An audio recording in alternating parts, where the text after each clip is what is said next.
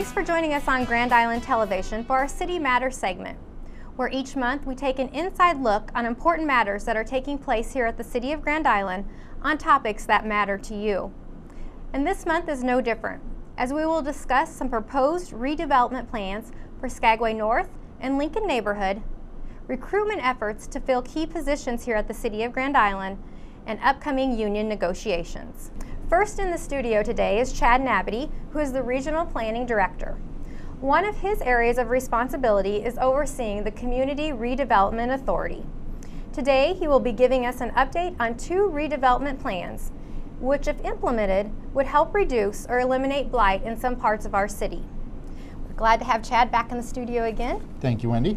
Well, Chad, before we get started on talking about some of the redevelopment plans that you're working on, I first wanted to give you a chance to tell our viewers out there a little bit about the Community Redevelopment Authority. I would be happy to. Okay.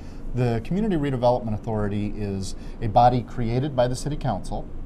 They have statutory authority to do that. It's a 5-member board, and they have the responsibility of implementing redevelopment plans that Council has adopted within the city. And those redevelopment plans are in areas that are blighted and substandard areas of the community. Now, that's a legal designation, and we usually refer to them as redevelopment areas. Okay. That's a much more friendly term than blighted and substandard.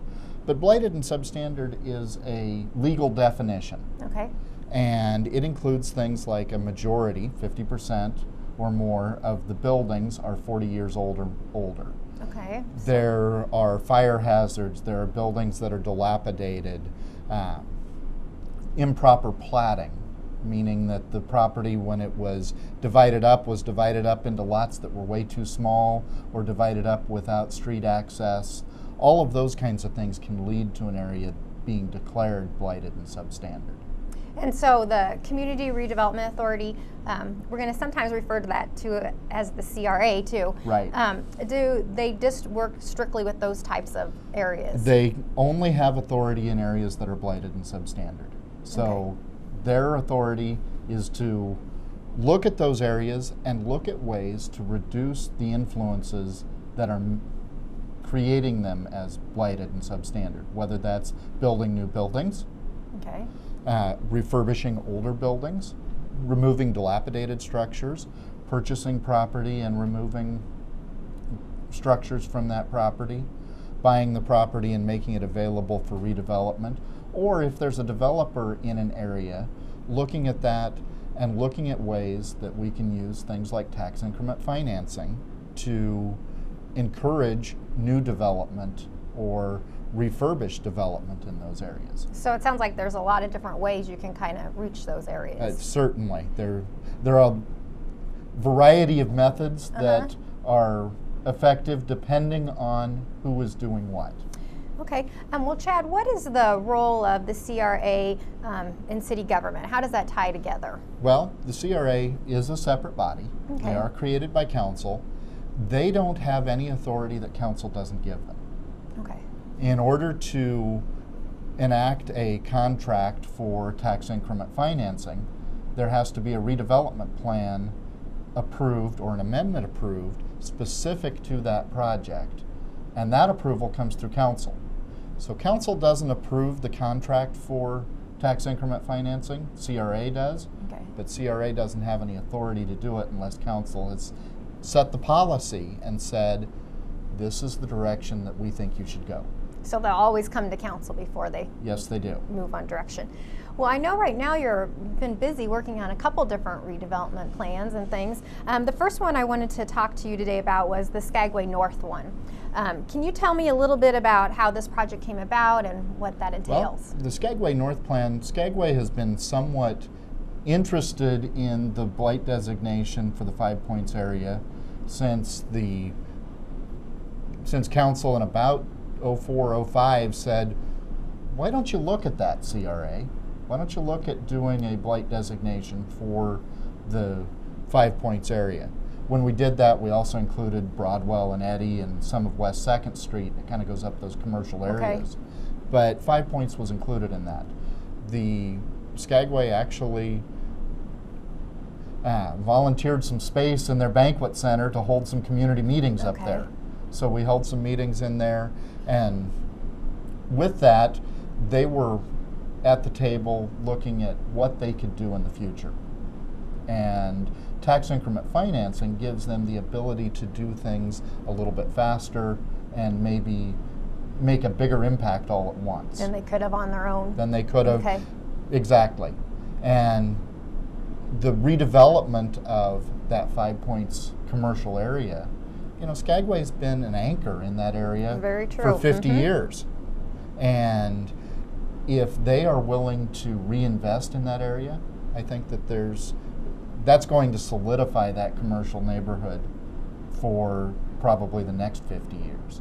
So that's where we're looking at it from a redevelopment perspective, is what can be done to encourage development, and encourage development similar to, nicer than what we have now. So it sounds like this area has been looked at for a while. It's not just something that just came up with Skagway's. Right. The actual generalized redevelopment plan was approved in 2007. So the blight designation was done, and the redevelopment plan, the initial plan, was done in 2007. What Skagway is bringing forward is an application for tax increment financing. Okay. And in order to approve that application, we're preparing an amendment to the redevelopment plan that is specific to the application that Skagway is making.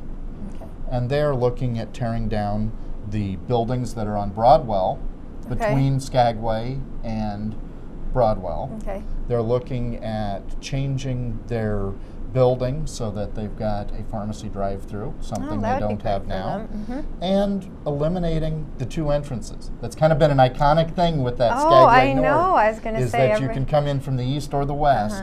They're going to close off the east side. Okay. And all of the registers, everything will be along the west side, which is where they're tearing down buildings and opening things up. So they'll build additional parking with landscaping out in front of the building between Broadwell and the Skagway store. They'll add some tenant spaces, probably along the north side of the building, so that there'll be a lot of changes then. There'll be a lot of changes. Yeah. It's going to look significantly different. And as you drive into 5 Points, if you look at what's happened in the last couple of years with the Casey's, with the Grand Island Christian School, with Skagway now, that whole 5 Points intersection that was really very tight and close is opening up. Yeah, and it's looking really nice. So there will be the opportunity for people to actually see what's going on in that area. Well, that's exciting. Now, do you have any idea of the timeline for this, or are you bringing it to council soon? It will go to council, probably their first meeting in March. Okay. The way that we have things scheduled right now, it'll start at CRA on February 9th and go to Planning Commission and then to council and then back to CRA with final approvals possibly as soon as March 16th. That's provided council approves the request. I was going to say, then if they would, if ever all the approvals would happen, what happens next? The timeline that they're looking at is to begin construction, demolition in April, possibly done as soon as September, you know, weather permitting and all of those things. So this is really a pretty fast track. I was going to say, it's a project you're going to see happening soon. At this point. Now, granted, everything goes okay. It's taken 3 or 4 years to get to this point, but we're at the point where things are started. All the dominoes are set up, and once we knock them over, they're just going to keep falling. That would be a great asset to have in that part of town, that redevelopment going on. Certainly. Well, the second project that I had on the list that I wanted to visit with you about is one that probably many citizens out there have heard about, and that's the Lincoln Neighborhood Plan that you're working on. How did the CRA get involved in that one? Well, City Council kind of handed us that one. Okay. They were discussing the Lincoln Pool as part of their budget discussions last August, September, and the idea came up, what could CRA do? This is a blighted and substandard area. What could CRA do with the pool? Well, the pool isn't something specific that CRA would look at. Okay. But and why is that? It's too narrow a topic. It is a city function, not necessarily a CRA function. Okay. But the neighborhood But would. the neighborhood is, and the Okay. assets in the neighborhood, and the things that influence people's likelihood to invest in that neighborhood, those are all things that the CRA can really work with. And looking at it, one of the things that we looked at was, what are the assets in that neighborhood? And the neighborhood that we defined was north of the Union Pacific tracks, east of the Burlington Northern tracks, south of Capitol, and west of Sky Park Road.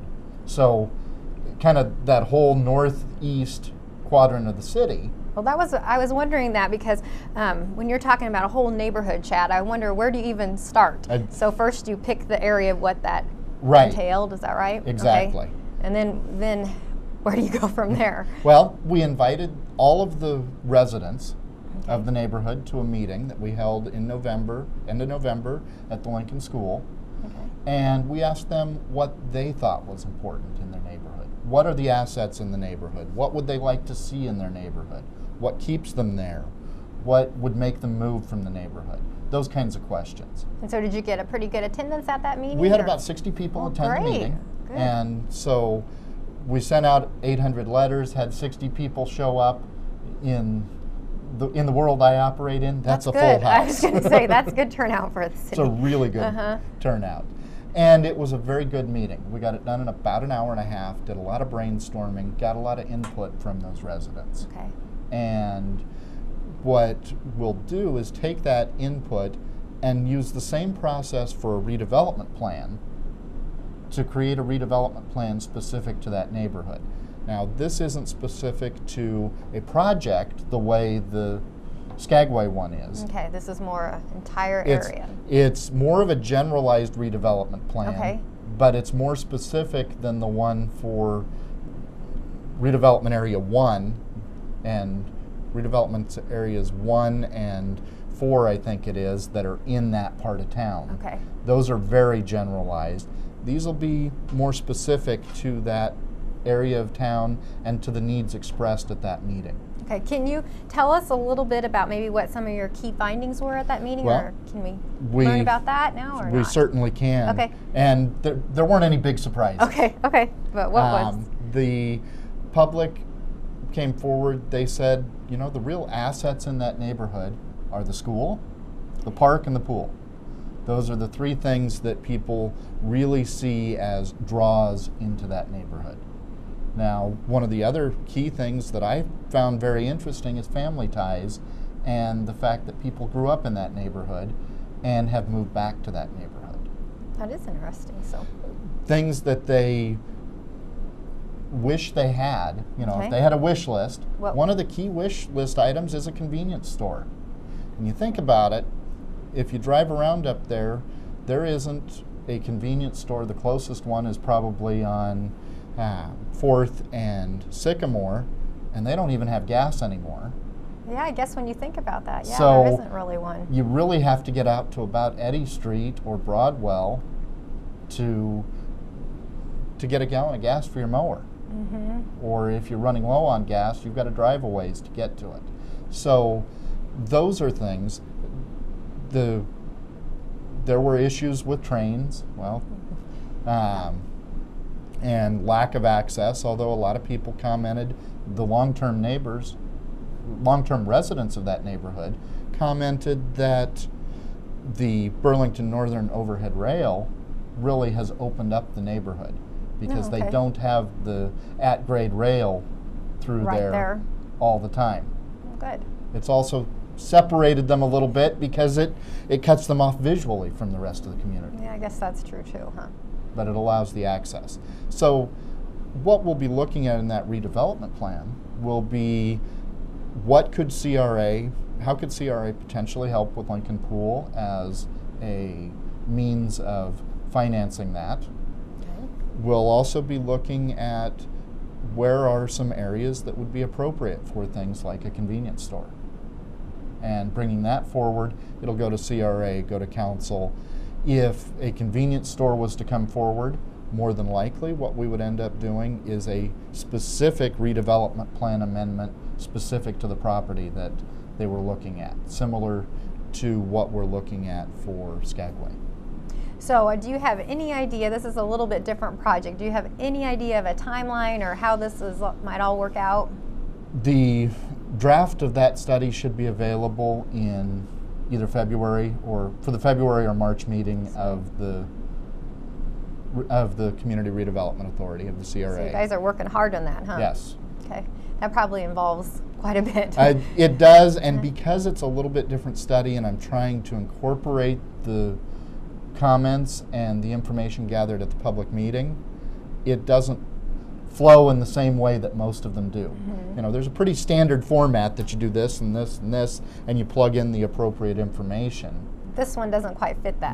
This one doesn't quite fit that. So you'll be looking at doing that, you said in March either the timeframe? February meeting or the March meeting. And it will then go to CRA, then it'll go forward to Planning Commission and then to Council, just like any other redevelopment plan. So in the next few months, our citizens will probably be hearing more about Lincoln They Neighborhood. certainly will.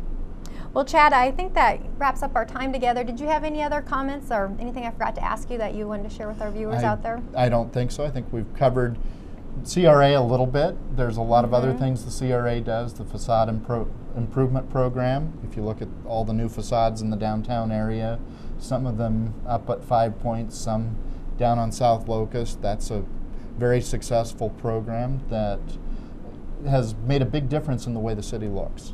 Well, I think your interview has helped us all learn that, you know, what an important role the CRA does play in our municipality here at the City of Grand Island. Well, thank you. Well, and I wish you luck on your projects ahead, and I probably will be talking to you soon again. Sounds great. Thanks, Chad. Yep. Next in the studio is Human Resources Director Brenda Sutherland. Her department has been very busy lately, in particular with the recruitment and hiring process of several key positions here at the City of Grand Island, and her schedule is about to fill up with meetings regarding union negotiations as all 7 city union contracts are up this year. Welcome, Brenda, to the studio. I'm glad to have you back here. Well, thank you. It's been a while. Yeah, there's lots of information I wanted to find out from you, so this is the perfect time to let citizens know what your department is working on, because you guys are certainly busy. We are very busy right now. We're, focusing today on some of our top leadership positions, but we have several positions open right now in the city, from a street superintendent position that will be opening, and police officers, and just several things. And at the same time, we're gearing up for our seasonal hiring that will start really in March and April. So it's a very busy time. It's hard to think that you're talking about seasonal summer stuff already, but we're thinking lifeguards already. Yes, yes. Well, there have been a lot of changes taking place here at the city, like you referred to, and a lot of those are regarding some key leadership positions here at the City of Grand Island. So I wanted to take a few minutes to visit with Brenda just a little bit about getting some updates on those positions and what you look for in candidates. Now, as a human resources director, when we go through this list of open positions, such as a city attorney, a city administrator, public works director, things like that, are you kind of taken back because it's a lot going on? It is a lot going on, and at the same time, it's really kind of an exciting time for us as an organization. Okay. That's a lot of key positions opening up at the same time. But when you think about that and bringing that many new views and opinions and ideas into the organization, you can start to see culture shifts at the same time. And so I think there's a great opportunity for us here. I think it's critical. It's always important to make sure that we get the best person hired for any position. But especially in these critical roles here at the city, when we talk about the ideal candidate, we really are looking for the ideal candidate. Well, I wanted to visit with you and find out, now with this many open positions on top of everything else that you're doing, how is the recruitment process going to take place? Are you doing some of it, outsourcing some of it, or? No, we are not. We are doing it all in-house this time. Okay. In the past, with city administrator positions, we have outsourced them. We are not going to do it this time. With the budgetary constraints and the dollars that were cut out of last year's budget, we really don't have any dollars to work with. We have a fabulous recruiter in Amy Hall that works in the Human Resources office, and she has got this process started. So we are advertising nationally for the city administrator, the public works director. The utilities director will be kicking off here within the next day or two. And so I'm confident that we'll find the right person. What are some of the types of ways that you said you're doing some national recruiting? What's that entail? What do you? Well, you know, the internet has opened the world up to us, and literally the world. You do get applications from overseas from time to time, but a lot of that is done on the internet, trade publications, a few regional papers, but really technology is the direction that we've gone. Well, it'll be good to see what kind of results we get from that.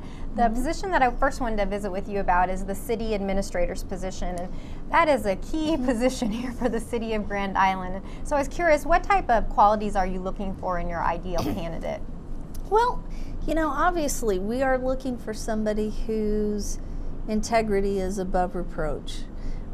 They can be put in all kinds of really difficult positions as a city administrator. From things that we know need done to how that politically plays out in a community. And so it is critical that that person has integrity that is above reproach. We're looking for somebody with courage, because again, it can be a very difficult position to have. And you have to be able to use your voice and to be heard, and to have the courage to do that and to follow through. It's really important that this person is responsive to the needs of our taxpayers, to members of the community.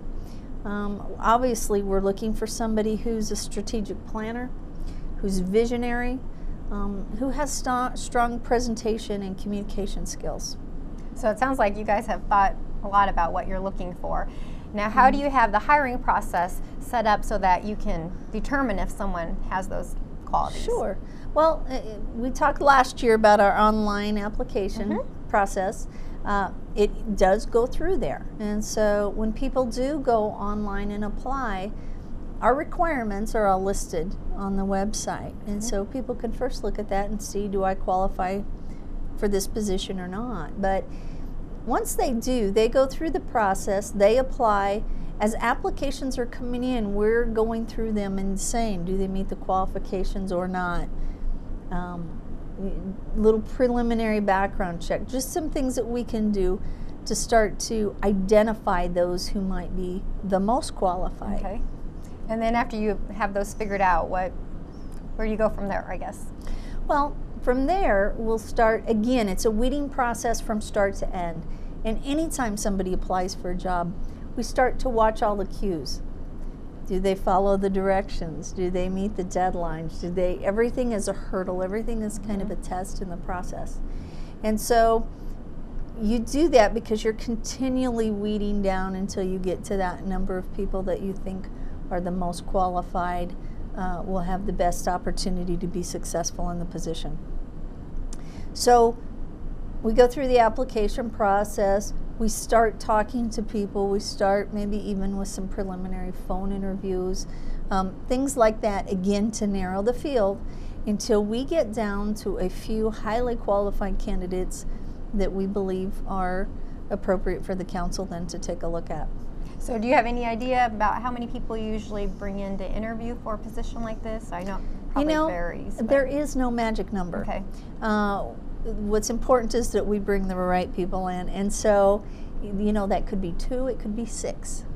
Okay. I wouldn't anticipate a large number, especially I think the more specialized the field, the lower the numbers are. But so do you anticipate, I know with our previous city administrator, we had some of those questions, they were televised, their interview, part of their interview process for citizens to kind of get to hear what they were thinking. And do you think that will be part of the process? Or I think it will be. I think especially under Mayor Vavricek, he is a strong proponent of open and transparent government.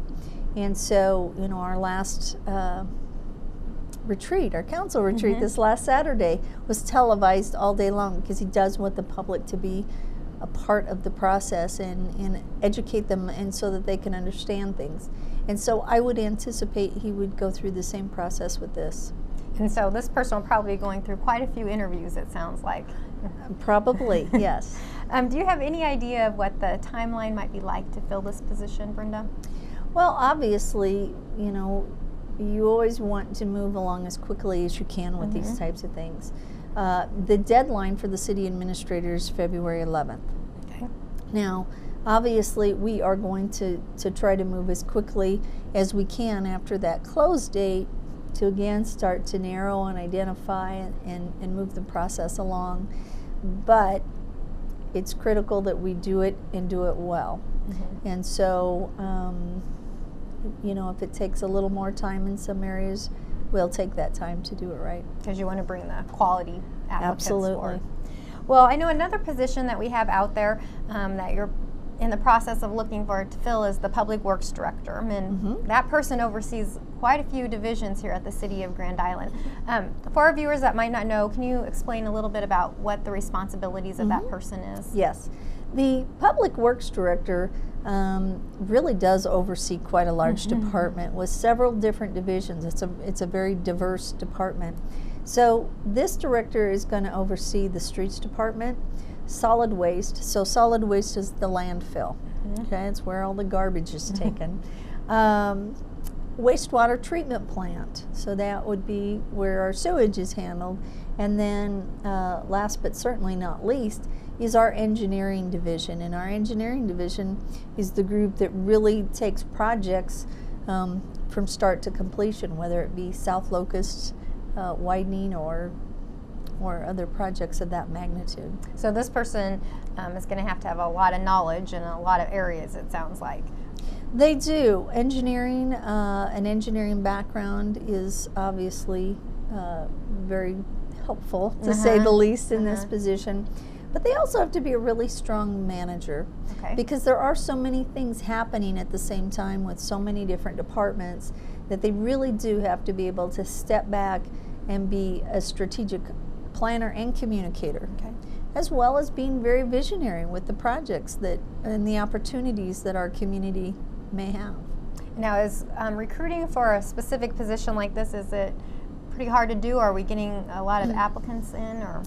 I think in some ways, the more specialized the position, the more difficult it gets. That's what I was wondering. And so you typically will not generate, and I use the term paper when I'm talking about applications or applicants, you typically will not generate as much paper with a position like this as you might even a city administrator. And that sounds kind of odd, but that's really kind of what we see. You know, this is a very visible position. This is a position that, you know, when the snow flies and, you know, somebody's streets aren't cleaned quickly enough or whatever, they really do have to deal with the public often. In Grand Island, you know, whether it be water issues in the spring, groundwater, or snow in the winter time, there's always opportunities for this person to be in front of the public. Yeah, a lot of the services that this person will oversee is definitely citizen driven out there. They're going to be paying attention. They're critical public services, yes. Now, the interview process for the Public Works Director, is that going to be done by the Human Resources Department or City Administrator and Mayor? Are they going to be involved, or how? All of the above. All of the above, yes. I was wondering. So obviously Human Resources is involved with all interviews that happen in the city, but also the City Administrator, the Mayor. This is a position that is also an appointed position, so it is appointed by the Mayor, serves at the pleasure and for the term of the Mayor. So and that's a little bit different than a lot of the positions that we have here at the city. Is that right? An appointed we have a few positions that are called statutory, and so when I say that, I'm talking about state statute. Okay. And so explain. By state statute, these positions serve at the term of the mayor, and so that would be like the city clerk, the public works director, and really it's not even public works director, it's city engineer. Okay.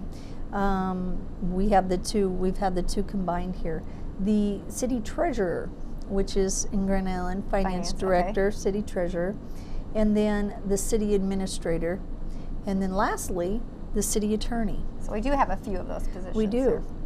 So that's probably important that they're involved, obviously, in the interview process. Yes. Now, are there any ideas of filling this position, the timeline of what that might look like? Well, again, we'd love to have had it done yesterday, but it's critical that we find the right person and the right fit.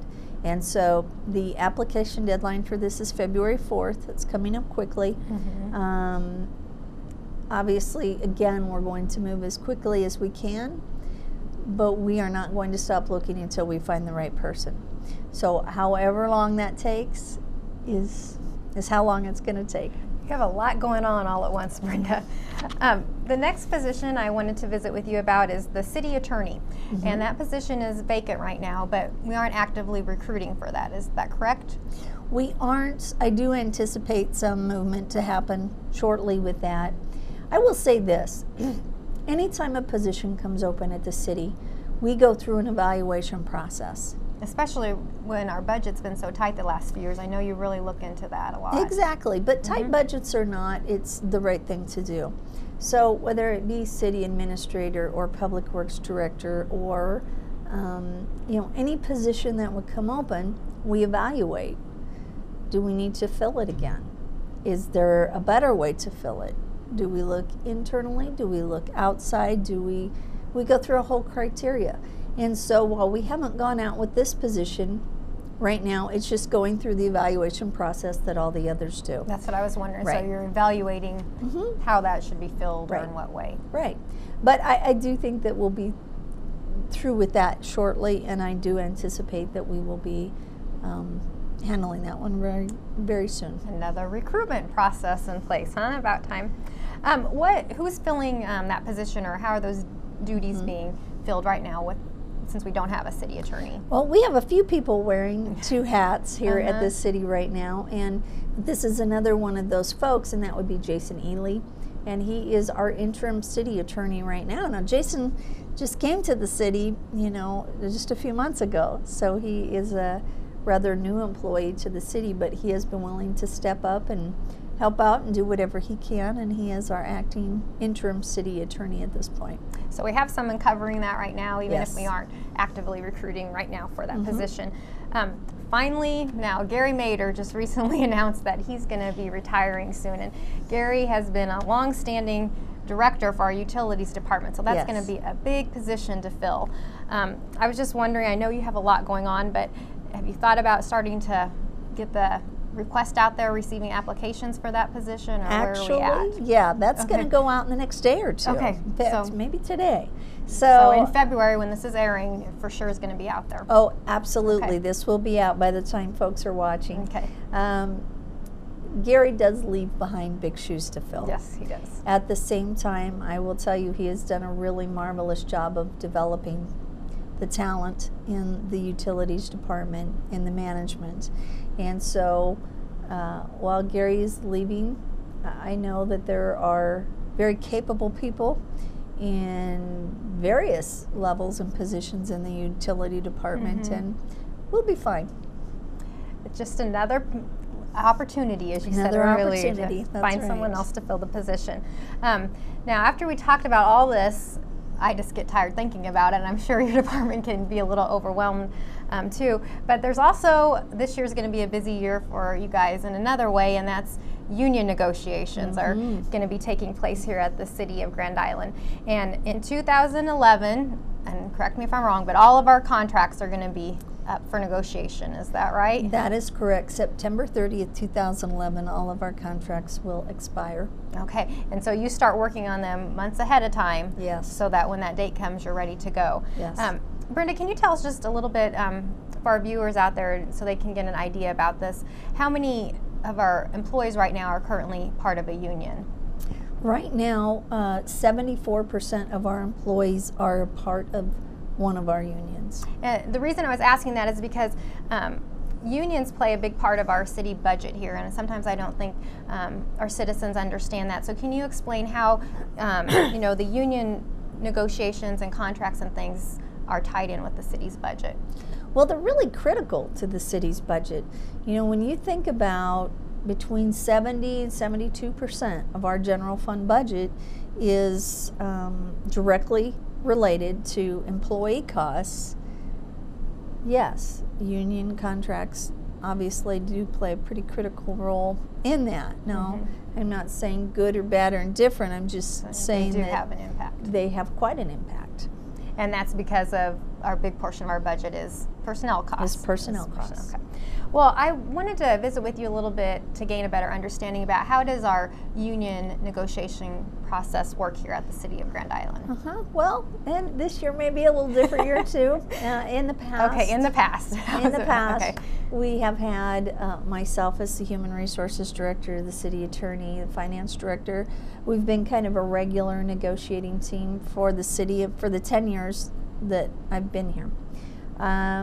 Obviously, we just turned the City Attorney. Our Finance Director is wearing one of those people wearing two hats as the City Administrator and Finance Director.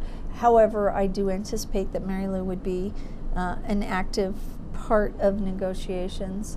And as well as our City Attorney is also kind of wearing two hats at the same time.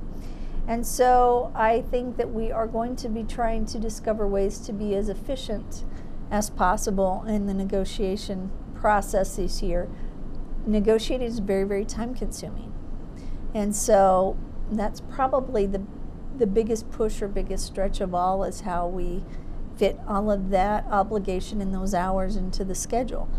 But it's got to be done, and we'll find a way to do it. So there's 3 or 4 representatives, I guess you would say, from the city, and then the unions have representatives too that you're working together with, and meeting, and then you just meet and discuss the contracts. Is that right? Both sides have a negotiating team. Okay. And we sit down across the table from each other, and it's a lot of fact finding. You know, they present the things that they'd like to see in their contracts or changed, and of course we need to understand why. Why do we want to do those things, or why should we, and or why is it important to them? And then, you know, it's just that give and take of negotiations. It really is negotiating. It truly is negotiating, and the part that comes back so often to us when is that people don't understand comparability. And that is something that is also outlined in state statutes. And so when we negotiate with our unions, we are bound by comparability or comparability, however you'd like to say that, meaning that we look at positions that are like work. Okay. We go to communities that are no more than twice our size, but no less than half our size. And sometimes that can be challenging, huh? It can be challenging for a city like Grand Island. And so we find those, and we go out and do surveys, and we find out what they pay for those particular, we match them and find out what they pay. Now, when you have really tight budgets, comparability is hard, because while it may be comparable, we still struggle to find the dollars to pay for it. And so it really is a balancing act, and obviously it's something that both sides are really going to have to come to the table and just work hard on, and I know that we will. Is the process of having so many union contracts going on at once, is that going to be a little more challenging for you, or is there some benefits to that? Or it will be more challenging, but it will be more challenging from a time standpoint. Okay. There's just a lot of hours that you put into preparation, you put into time at the table, and then after you've been to the table, time away to go back and rework some of the conversations that have happened at the table. And so it's just very time consuming. Yeah, and you'll be working with quite a few different ones, so you probably have to get in the mindset, okay, we're talking about this one now. Absolutely. And kind of make sure. Now, is there a timeline you follow, or what's your deadline when you have to have these done, or does that vary from contract to contract? Well, really we need to be done in May. In May. Oh, that's soon. It's soon, so we are going to be getting started. And I say that because in order for the finance department to have hard numbers to put into the budget so that we know where we're going to end up, we really need to have those contracts resolved. That's not always been the case in the past. When that doesn't happen, then finance has to estimate where we think we're going to be. Which makes it a little more difficult on the finance part. It makes you adjust later if you were not correct in your estimation. So really we're shooting for a May deadline. Now, are these contracts, how long do they last, I guess is what I'm saying? Do you have some of them that are a couple years, some of them that are 3, or just that all over the board too? You know, in the past, we've had them for various amounts of time. Okay. We've had 3 years and 4 years and 5 years, and it's nice to have those long contracts. Yeah, because there's a lot of time, it sounds like, goes into them. Mm-hmm. But with the economy and the economic times that we're in, we probably, those days are done. Okay. You know, if we have contracts that are a year or two in duration, that will probably be the norm going forward.